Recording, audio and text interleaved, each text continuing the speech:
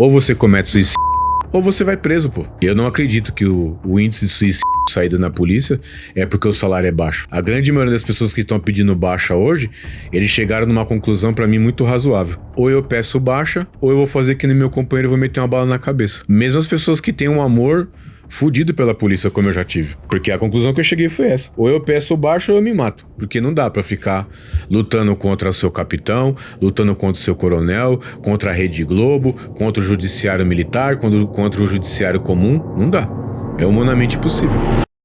Quando eu entrava nas grandes favelas de São Paulo, que eram perigosas, e eu trabalhava com um bando de maluco, que a gente entrava sem colete, qual era o símbolo que a gente tava passando pros caras do outro lado? Quando os caras batiam o olho e olhavam assim, porra, mano, esses polícia tá entrando sem colete, mano.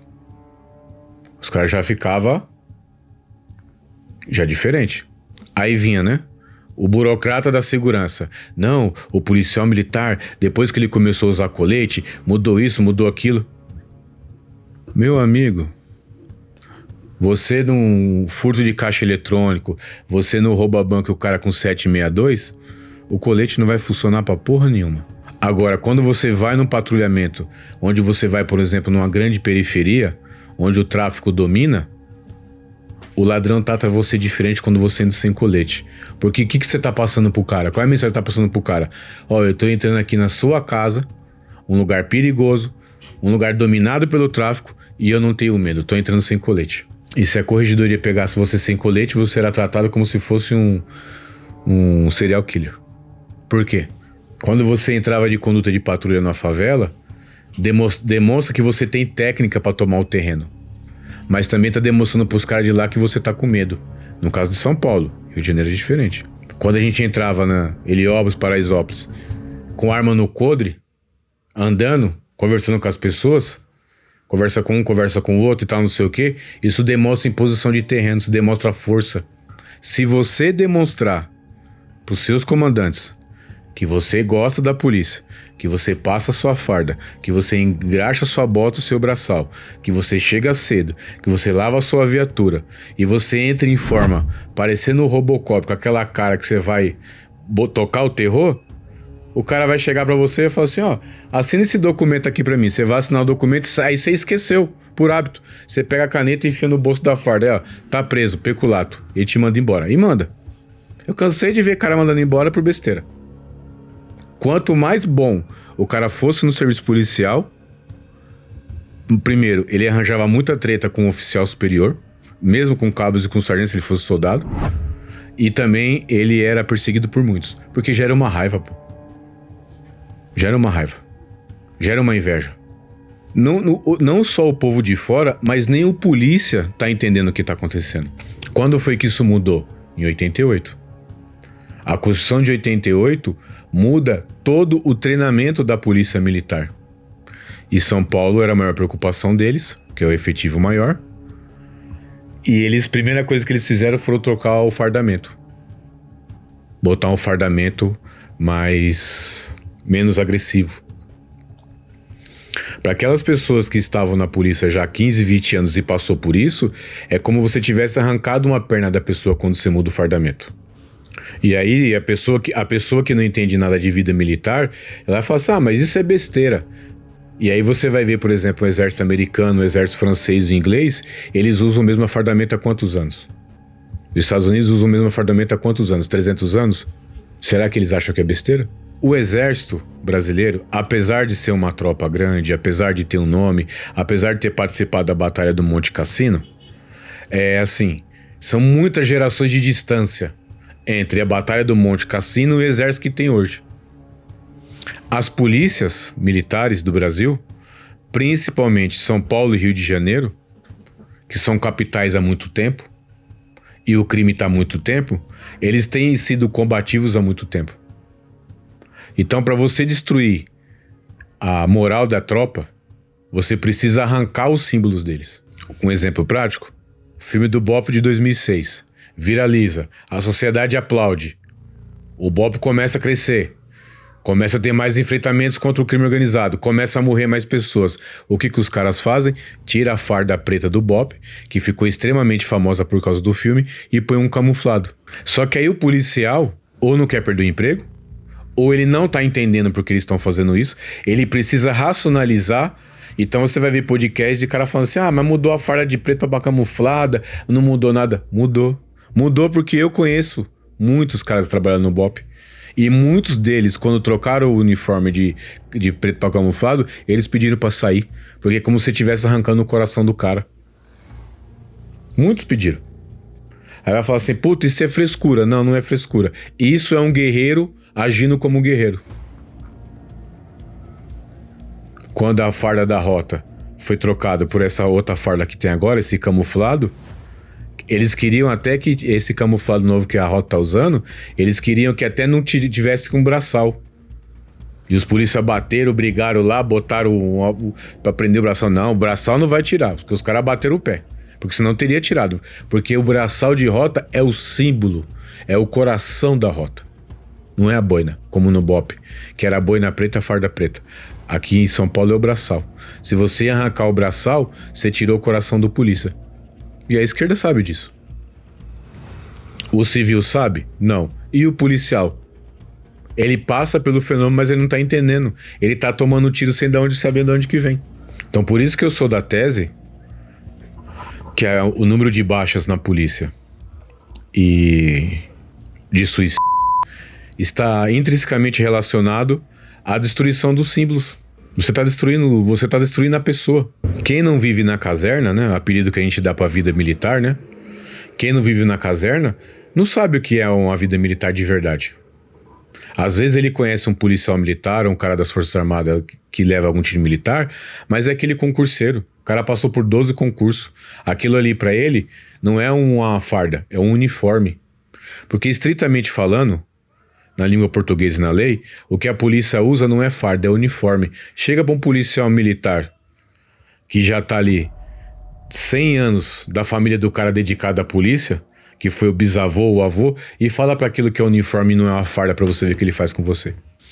Se a esquerda percebe que existe um grupo de pessoas no Brasil no quais tem 2, 3, 4, 5 gerações vivendo essa coisa militar, eles precisam que isso pare. Se nesse interim essa merda dessa porra dessa bancada da bala, que esse bonde de policial sem vergonha tivesse realmente sido uma bancada da bala e fosse um grupo de líderes a orientar esses policiais,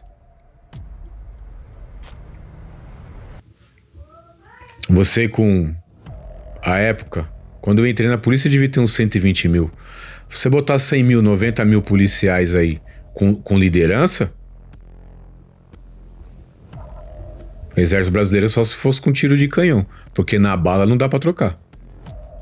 O BOP com 4, 5 mil homens, com liderança, só se você jogar artilharia em cima. Então a destruição dos símbolos da polícia foi o começo disso.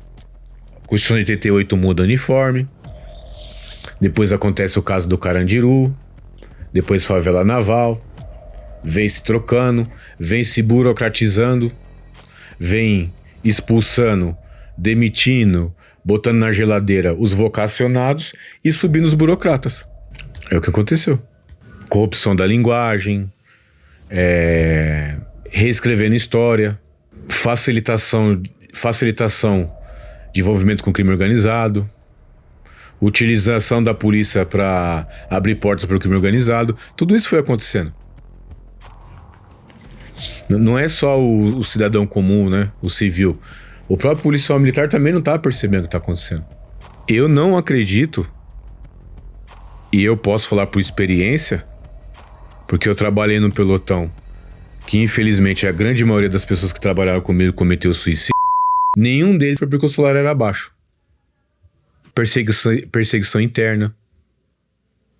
Eles querendo ser policial, querendo patrulhar, querendo ajudar o povo, e o burocrata fudendo com a vida dele, só pensando na polícia, só pensando no Estado. O burocrata não entende por que esses valores são tão importantes para esse cara. O burocrata não entende. O policial burocrata, que a gente chamava de paisano com funcional, Porque para militar, paisano é todo aquele que não é militar, né? A gente chamava esses policiais de paisana com funcional, ou seja, ele é um funcionário público com funcional. Ele não é polícia. Só que eu já falei pra você, essas pessoas, elas tendem a estudar mais devido a estar numa vertente burocrática da polícia, que ela tem que existir, a parte administrativa. Eles tendem a estudar mais e crescer mais rápido na carreira. Isso fazendo que, um momento ou outro, eles vão pra rua pra eles poderem mandar nesses caras.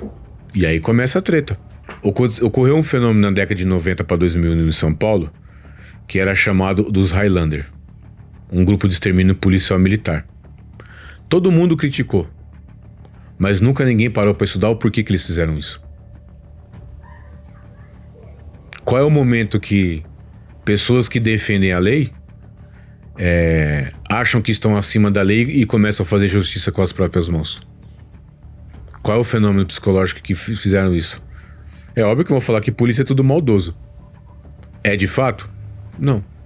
Agora, modernamente, 2026, 2025, com esse monte de pessoas pedindo baixo, isso é óbvio que vai, cedo ou tarde, vai entrar em colapso.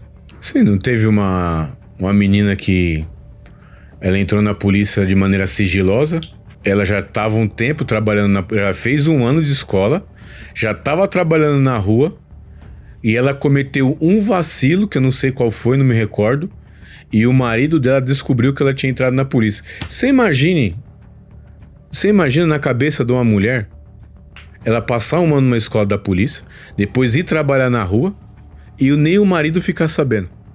Nem o pai, nem a mãe, nem os irmãos. E no dia que o marido ficou sabendo, o marido bateu nela. E o pai e a mãe dela, que moravam no mesmo quintal, São Paulo, moravam no mesmo quintal, foi saber, você tá batendo minha filha. Você sabia que a sua filha entrou pra polícia? Aí o pai da minha falou, bem feito que você apanhou. Ela teve que correr pra administração da polícia, explicar essa história, ser transferida pra um lugar que ninguém sabe e se afastar. Ela não tinha filho. Se afastar do marido, do pai, da mãe e dos irmãos, que ninguém gostava da polícia. Nem o marido dela, nem o pai, nem a mãe e nem os irmãos dela. E na investigação social, ela colocou que ninguém gostava e foram se levantar os dados da família dela, ninguém era envolvido com crime. Os caras simplesmente odiavam a polícia militar. E ela amava a porra da farda. Ou ama, né? Não sei se ela tá ainda, se ela tá viva, mas enfim. Ela amava. Isso é um caso real, pô. Não é a história da carochinha, não. Você imagina a cabeça de uma pessoa. E é só um caso? Ela é um caso? Tem muitos, cara. Muitos, muitos, muitos e muitos. Por quê? Porque destruíram os símbolos da casta guerreira. E você obriga todo mundo a se transformar num burocrata só pensando em promoção. A gente tinha até uma brincadeira lá, a gente pegava os policiais que só pensavam em ganhar medalha pro código de promoção, nós chamávamos de Mutley. Ô Mutley, vem aqui. E o cara nem se incomodava, né? Porque era a verdade, né? Ô Mutley, vem aqui. Então, a gente identificava no meio da tropa os caras que tinham essa conduta e a gente chamava tudo... Tinha lá no pelotão 5 Mutley. Ô Mutley, vem aqui, ô Mutley, por quê? Os caras só pensavam em ganhar medalha por causa de promoção. Não queria problema, não queria BO, não queria ocorrência, não queria nada. E sabe o que é o pior disso? Esse dia eu tava pensando sobre isso. Eu falei assim, no final das contas, policial militar ele faz parte do povo, certo? Da sociedade, né? É um ser humano também. Aí quando ele vai pra polícia militar e começa a sofrer, ele acha que a culpa é de quem? Porque quando você não identifica o inimigo, que é o inimigo? Você identifica quem? Quem tá mais próximo de você, que é o cidadão na rua. E aí automaticamente o que o policial faz? Ele acha que o inimigo é o povo. Ele nem consegue entender que o inimigo tá dentro do quartel dele. Eu já ouvia conversas de pessoas que até então ainda tinham um semi-poder dentro da polícia, falando que quando eles assumissem um poder na polícia, a primeira coisa que eles fariam seria colocar as câmeras corporais. Eu não ouvi de ninguém. Eu ouvi isso em primeira pessoa.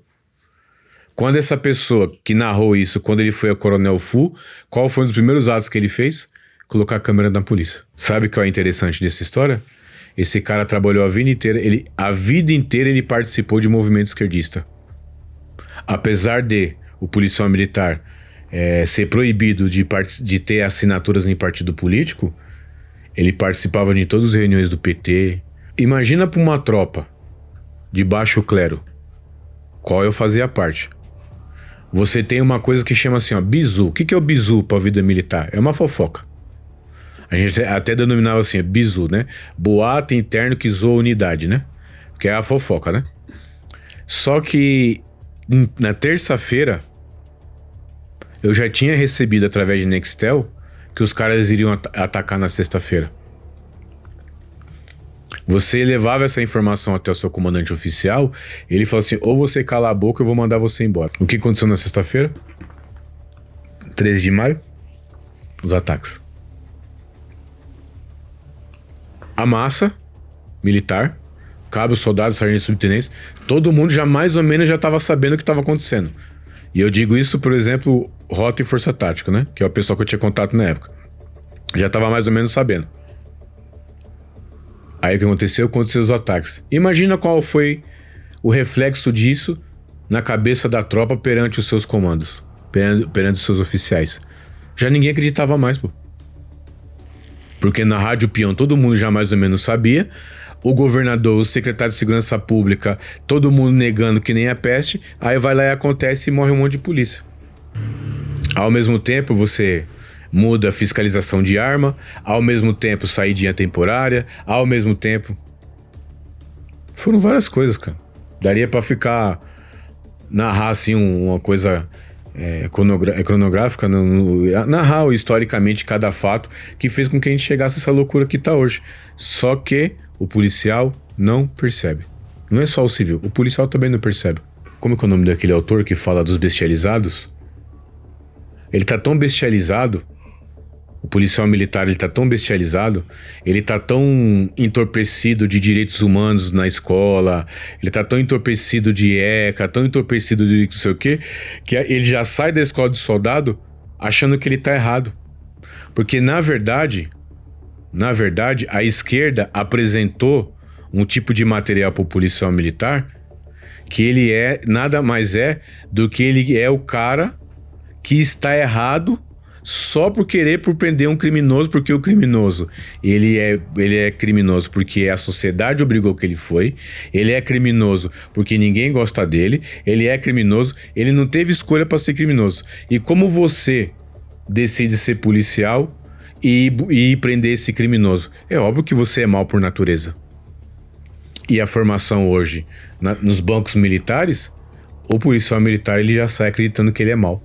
Quanto mais janela de escola, brother, seja escola pública, primeiro ano, segundo ano colegial, não sei o que, universidade, quanto mais você tiver disso, mais você vai estar embebecido nessa dialética do diabo. Não vai ter jeito. Aí o cara ele acha que ele vai ser alguma coisa dentro da polícia, ele vai ser o bambambam. Se já não bastasse ele fazer escola de soldado, lavagem cerebral, escola de sargento, lavagem cerebral, escola de oficial, ele ainda vai fazer um curso de direito. Que seja na PUC, que seja na outra, na puta que pariu. Ou seja, ele entra milico e ele sai se achando um desgraçado. Independente da sua função na sociedade, toda a via cultural, através de músicas, filmes, séries, ninguém gosta da polícia. E a pessoa nem sabe por que não gosta. Ela vê lá um filme americano que mostra os ladrões bonzinhos e a polícia má. Cara, é só você abrir o Instagram, YouTube, ou sei lá, qualquer merda aí. A cada 10 filmes policiais nos Estados Unidos, 9 é mostrando policial branco maltratando negro. Agora, tem estados americanos que 70% da tropa é negra. Eles não tentaram colar isso em São Paulo? Que a polícia militar é racista? Eu trabalhei no pelotão que tinha um cara branco, sargento, do zóio colorido, parecia aquele coelho ricochete, e o resto era tudo moreno, com pardo que nem eu e negão. Nós até zoava com ele. Falava, ô Branquelo, rapa fora, você não é nossa pá. E veio falar que a polícia militar é racista. Composta de pardos, de negro, de mulato, mulher, homossexual, traveco. Pô. Trabalhei com quantos polícia gay? Um monte. E tava tudo certo, mano. Nunca foi tabu. Trabalhei com polícia lá que parecia a Vera Verão, mano. Negão. Eu não aguentava, eu dava risada, eu chorava sozinho com ele, mano. O bicho era muito engraçado nas abordagens, mano. Os abordados ficavam constrangidos de catar um negão quase 2 metros de altura, bichona de tudo. E o maluco fazia bem o serviço dele, inteligente, não sei o que. Ninguém ligava, mano. Ninguém ligava. Nenhum polícia ligava. Nem polícia velha, nem polícia novo, nem oficial. Ninguém ligava. Foda-se. Você tá executando seu serviço? Foda-se. Da onde que saiu que polícia é racista? Da onde saiu que polícia não gosta de homossexual? Tá cheio. E não é de 10 anos pra agora não, meu. Já tem aí uns 30 anos. Que tem um monte. Ninguém reclama, pô. Você cumpre os regulamentos, tá todo mundo cagando e andando. Agora, quando é que foi a destruição? Foi a destruição de fora pra dentro, pô. Fez com que a sociedade não gostasse da polícia de jeito nenhum. Que ainda não era o necessário para que as pessoas, que o policial desistisse, e aí você destruiu os símbolos internos. Esse bosta do Tarcísio, mano. Tá todo dia, toda semana se falando de crime organizado nos jornais, falando do nome do Comando Vermelho e do PCC. Tem o livro aí, ó, Rota Caipira ali, ó, a porra do livro Rota Caipira, mostrando que o interior de São Paulo, como é que tá. Ele pega a mob, que parece uma caixa de fósforo com roda, com aquele grafismo ridículo, e dá pros polícia patrulhar. Qual é o símbolo que você tá passando pro crime organizado? Os caras veem com caminhonete lá, turbo diesel, cheio de fuzil, e você tá do quê? De mob. É esse o símbolo que você tá passando. Você tá passando fraqueza de um lado, enquanto do outro lado é fortaleza. O que vai acontecer? Você vê, nos Estados Unidos eles não conseguiriam mudar o uniforme lá, a farda de um soldado americano. Eles não iam conseguir fazer isso. Então como é que eles fizeram? Eles utilizaram droga. Por quê? Porque lá tá tão enraizado na tradição, mas tá tão enraizado que você mexe com a mulher do cara, mas você não tira o uniforme do cara. Que aí o cara vai se tornar violento, preparado e armado, ele vai reagir. Aí eles utilizaram as drogas. Aqui no Brasil, o que eles fizeram? Precisaram chegar a esse ponto? Não. Tira tudo que aquilo que tem símbolo e signo de tradição pra esses caras. É o que? A boina? Tira. É a cor da farda? Tira. São as viaturas? A viatura é cinza, a viatura é preta, os caras tá com cara de mal, é boina não sei o que? Tira. Houve épocas aí, ó, não tão recentemente, que tiraram o que ele chama de gorro com palo, o boné, né? Botou chama casquete, parece um chapéu de pasteleiro. Você na rua com aquele chapéu de pasteleiro. Tá tirando bala da sua cara, caralho. Tá tirando bala da sua cara. É um processo longo, gradual, e que infelizmente a esquerda domina muitos aspectos disso e a direita nem sabe que isso existe. A direita não faz a mínima ideia de que isso existe. E se tem algum policial ou outro que tá aí no campo político se considerando conservador, direitista, não sei o quê, ele nunca parou pra pensar isso que eu tô falando. Porque ele vive, mas ele nem percebe a realidade que ele tá inserido. Eu falava assim para algumas pessoas que ocupavam cargos de comando na polícia. Eu falava assim, olha, o maior erro de vocês é aceitar que um policial militar faça um curso no mundo civil. Eu falei, pesquisem como funciona cursos universitários no exército americano. Você sabe quem fudeu com isso? O Obama, em 2009. Antes disso, você poderia fazer curso de direito dentro de uma academia militar americana. Curso de medicina dentro da Academia Militar Americana. Eu participei de uma conversa aqui em São Paulo, na casa de um amigo, e a gente tava falando sobre esse negócio de segurança pública porque tinha uma pessoa lá que o marido dela tinha sido governador. E aí eu comecei a narrar pra ela aquele livro que eu tô tentando reler em algum lugar, que é a questão da guerra assimétrica. A guerra assimétrica, ela não é só a simetria, não tá só no campo de batalha. Você tá com a pistola e o ladrão tá com um fuzil. Ela começa na psicologia. Você é policial militar? Então você já é errado. Porque ninguém saudável quer prender um inocente. Sua mãe não gosta de você, seu pai não gosta de você. Isso quando você não é de família militar, né? Ninguém gosta de você, o Estado não gosta de você, os professores não gostam de você, ninguém gosta de você. E mesmo assim você quer ser policial militar? Ou seja, essa carga psicológica. Ah, o cara tá... Pô, tem policial que mora no interior de São Paulo ou mora na Baixada. Ele tá num lugar aí esperando o ônibus, passa um carro e atira no polícia, pô. Por que você atirou no policial? Ah, porque eu não gosto de policial. Mas você conhece esse policial? Não, não conheço. Mas por que você não gosta? Eu não sei, mas eu não gosto. Você já sofreu, foi preso justamente? Não, eu não gosto. O cara nem sabe por que não gosta. Mas eu sei. É série da Netflix, são filmes, são livros, são músicas, é tudo, pô. Mas são muitos anos, cara. Não é governo Lula, não é governo... Isso começou há muito tempo. Eu já falei pra você várias vezes sobre o plano do Fernando Henrique fuder as Forças Armadas e jogar todo mundo no colo do Lula pra o Lula ser o salvador das Forças Armadas em 2003. Quando em 2005 ele faz o referendo lá sobre o porte de arma, que 68% dos brasileiros queria ter o porte, ele cagou e andou, e ele foi lá e mudou o referendo lá. As forças militares não fizeram nada porque eles estavam tudo no colo do Lula. Porque o Fernando Henrique Cardoso fudeu com as forças militares, em vários sentidos. E jogou todo mundo no colo da esquerda. E o que o Tarcísio tá fazendo agora é a mesma coisa. O Tarcísio tá usando a mesma técnica que o Fernando Henrique usou em 94, 95, 96. É o que o Tarcísio tá fazendo agora. Tá fudendo com a vida da polícia, dos praças, tá fudendo com a vida dos caras que são... com os caras que são vocacionados, tá arrebentando com tudo, botando câmera em tudo que é lugar, fudendo com tudo dos caras. E o que vai acontecer agora no governo do estado? Pode ter certeza que cada 10 policiais, 9 vão votar no opositor do Tarcísio, independente de quem seja. As pessoas só vão se importar quando precisar, como aconteceu agora recentemente aí, que a família tava empolvorosa lá pra procurar o corpo do menino, e eu falando assim, olha, tenha calma porque o corpo de bombeiros tá falido.